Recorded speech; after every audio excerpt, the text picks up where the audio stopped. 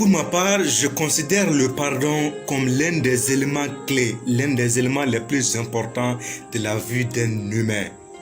Pourquoi? Parce que vous pourriez être la personne la plus riche au monde.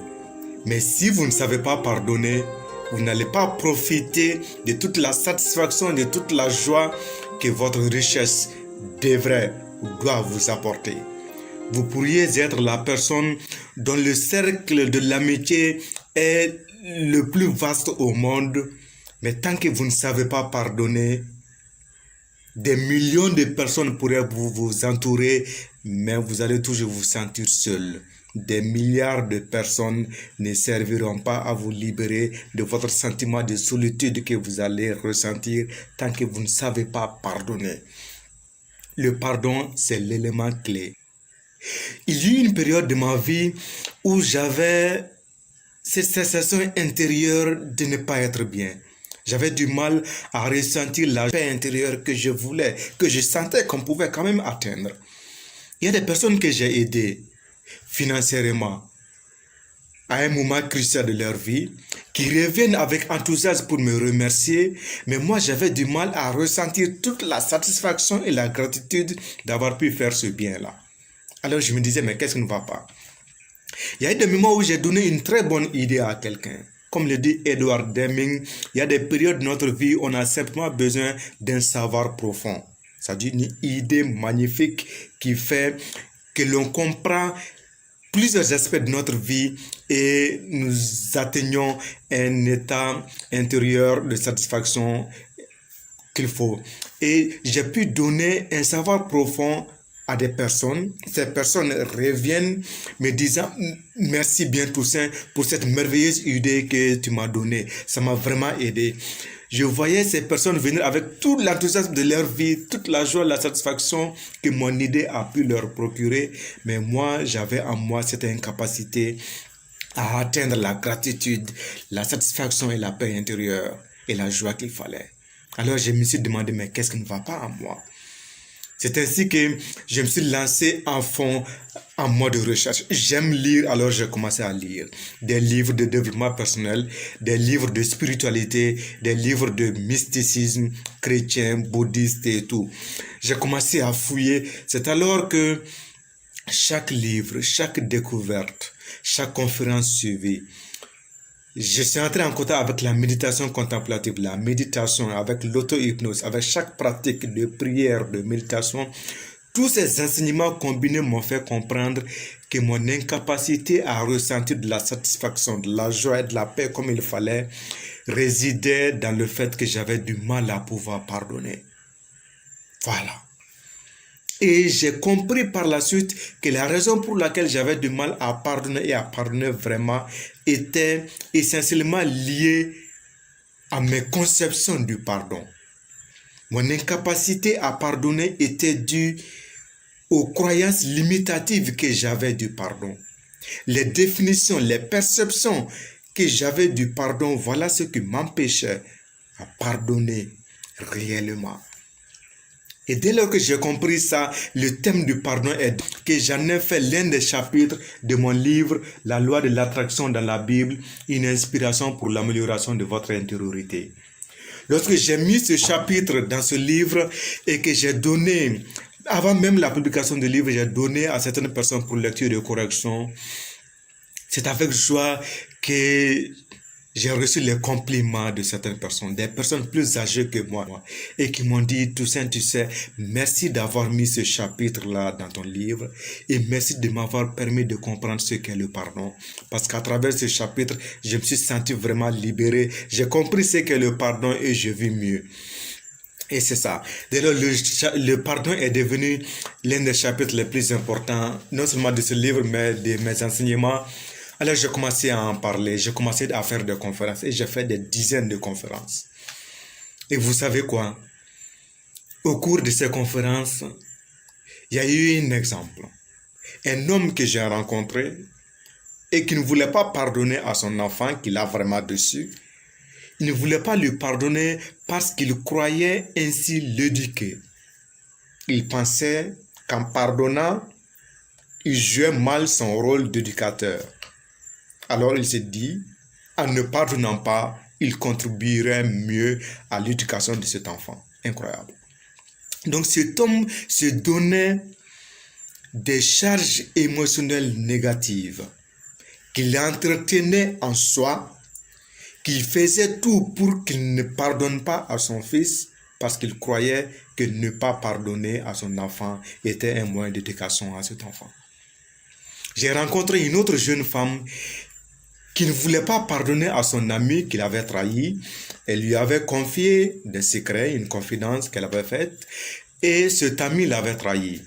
Dessus, elle ne voulait pas pardonner à cet ami parce qu'elle voulait donner une bonne leçon à cet ami, dit-elle.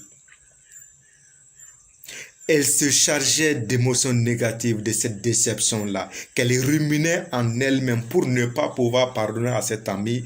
Pourquoi? Parce qu'elle croyait que ne pas pardonner allait lui permettre de donner une bonne leçon à son ami.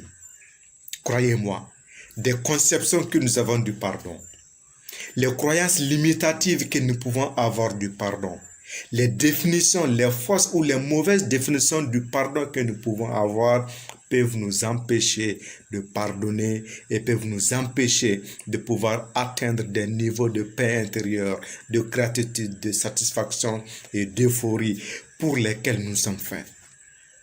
Voici donc à vous 10 croyances ou 10 conceptions qui peuvent nous empêcher de pardonner. Voici la première croyance. Je ne peux pas pardonner tant que celui ou celle qui m'a offensé ou qui m'a blessé ne vient pas me demander pardon. C'est ça la première croyance. C'est faux. Je ne peux pas pardonner tant que celui ou celle qui m'a blessé ou qui m'a offensé ne vient pas me demander pardon. Faux. Ça, c'est l'une des croyances les plus bidons, excusez-moi du terme. Vous imaginez que si vous pensez que tant que l'autre ne vient pas vous demander pardon, vous ne pouvez pas lui pardonner. Vous savez ce qui se passe? Terrible. Je vais vous donner un exemple concret de ce qui m'est arrivé. En 2016, je devrais effectuer un voyage à Rome. Et vu que le temps pressait, il me fallait mon visa rapidement. J'ai introduit mon dossier ici à Bamako, au niveau du consulat de l'Italie. Et le consul m'a fait savoir que vu le temps que j'ai, je ne pourrais pas avoir mon visa à temps tant que je ne passe pas directement par l'ambassade de l'Italie. Or, l'ambassade de l'Italie pour le Mali se trouve à Dakar. Il me fallait donc partir à Dakar. J'ai donc effectué un voyage à Dakar. J'ai pu avoir mon visa à temps. Et donc, au lieu d'ensuite revenir à Bamako pour pouvoir faire ce voyage, j'ai préféré changer mon vol pour faire Dakar-Paris, Paris-Rome. Et donc, à partir de Dakar, j'ai voulu effectuer ce voyage. Et le jour du voyage, donc, je suis parti à l'aéroport de Dakar. Le premier policier a vérifié mes dossiers, le passeport ça va, le ticket, le billet d'avion ça va, il me laisse passer le checkpoint et tout ce qu'il fallait pour l'embarquement des bagages, tout s'est bien passé. Et donc j'ai attendu pendant 2 heures et ainsi vers 23h30 on dit allez embarquement pour tous ceux qui partent à Paris. Je m'apprête et je fais le rang, dernier contrôle. Et je devrais passer au niveau du dernier contrôle. Le dernier gendarme qui devrait juste vérifier mon billet et regarder mon passeport et me laisser passer. C'est ce gendarme-là qui me regarde. Il regarde mon passeport, il me dit, mais vous n'êtes pas sénégalais. J'ai dit, non, je ne suis pas sénégalais, je suis malien. Il dit, mais sur mon passeport, il n'y a aucun signe de mon entrée au Sénégal. Il me dit, comment est-ce que tu es entré? Il dit, ah non, je ne suis pas passer par les aéroports, voilà pourquoi il n'y a pas un signe de passage. Je dis c'est plutôt par les routes, par car que je suis entré. Il me dit alors donne-moi un papier qui prouve que je suis rentré légalement ainsi. Ben voici, je n'avais aucun papier. Il n'y avait aucun papier en possession, je n'avais aucun papier en possession et il n'y avait aucun signe sur mon passeport au niveau de la police des entrées à la frontière Mali-Sénégal. de Kidira. Me voici bloqué maintenant. Je sais qu'en tant que membre de l'Afrique occidentale, je n'ai pas besoin de tout ces tralala. Mais ce gendarme savait que dans 15 minutes, il fallait que je sois dans l'avion parce qu'à 23h55, Air France décolle. Et lui, il avait devant lui un jeune qu'il voulait bien traiter. Vous comprenez, lorsque je veux dire qu'il voulait bien profiter de moi. Alors il me dit, tant que je ne lui donne pas 20 € ou 10 000 francs CFA, il ne va pas me laisser passer. Il dit quoi? Il dit non. Il dit, monsieur, vous ne passez pas. Alors il serre sa mine, il me dit, monsieur, ou bien vous me donnez 20 €, ou bien je vous bloque ici. Il prend mon passeport, il part le déposer dans sa cabine, et il revient, et il fait appel aux autres passagers. J'ai essayé de lui parler, mais en vain. Il dit, non, je t'ai déjà dit la condition. Alors cette situation m'a énervé. J'étais pleinement énervé et déçu. Voici cet homme qui sait que si jamais je refuse de payer et que je lui dis, ben, écoute, allons-y chez ton supérieur, en partant là-bas, j'aurai raison, mais le faisant, il sait que je vais perdre mon vol. Et il a lu en moi que je ne voulais pas perdre mon vol. Voilà pourquoi il a voulu profiter de moi. Et je savais qu'en lui donnant ces 20 € n'allaient pas aller dans la caisse de l'État, mais plutôt dans sa poche. Et c'est bien ce qui s'est passé. Alors j'ai ouvert mon portefeuille, je lui ai donné les 20 €. Il m'a remis mon passeport et je suis monté dans l'avion. J'étais bien énervé, bien déçu. J'étais énervé d'autant plus que j'étais sur mes raisons. Mais cette situation m'a bouleversé, m'a énervé et je suis parti dans cette colère-là. J'ai fait ce voyage dans cette colère-là. Et dites-vous bien, alors le voyage que je faisais devrait parler de pardon et de miséricorde. Mais moi, je suis parti énervé.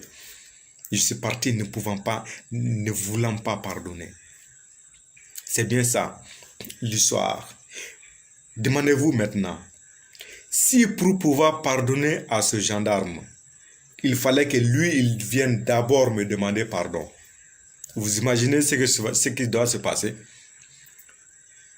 Si pour pardonner à ce gendarme, il faut que lui, il vienne me demander pardon, ben bonjour, bonne chance à moi.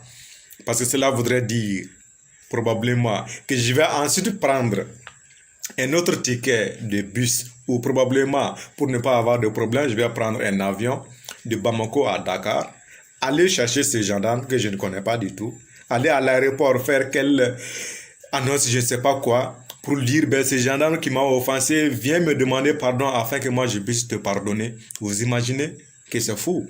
C'est exactement ça le point. Un autre exemple que je peux donner, que probablement vous l'avez vécu en circulation, tout le monde entre en circulation. Imaginez que vous êtes dans votre voiture, circulant tranquillement. Et il y a un motocycliste qui vous dépasse et d'une façon tellement brusque qu'il a fallu d'un peu pour que vous vous évitiez un accident.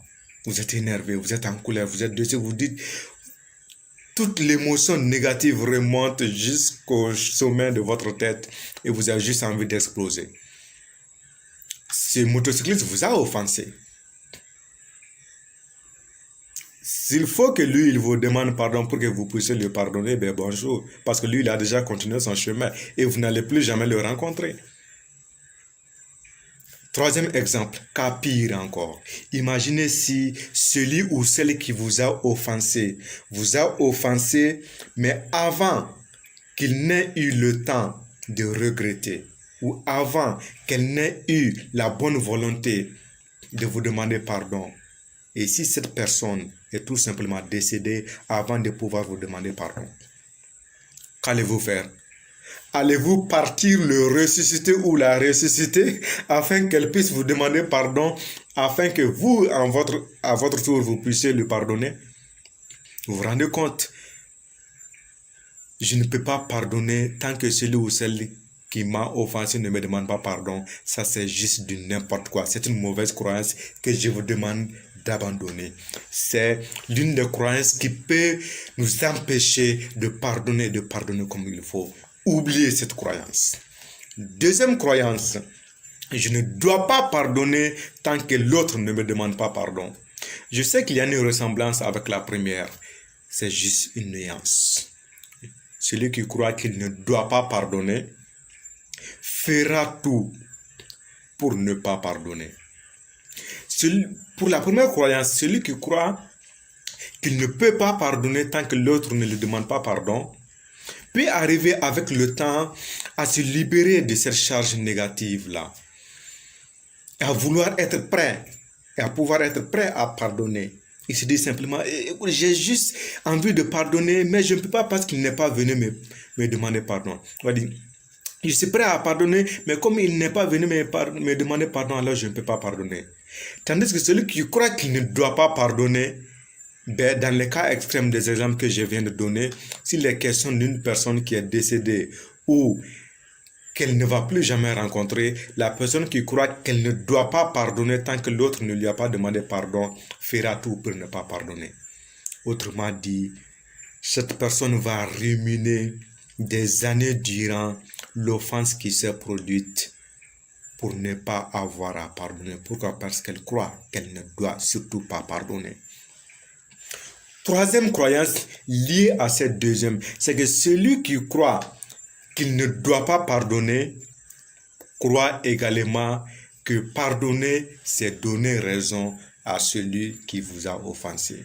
Une fausse croyance, une croyance limitative. La troisième croyance, c'est je ne dois pas pardonner parce que pardonner, c'est donner raison à l'autre.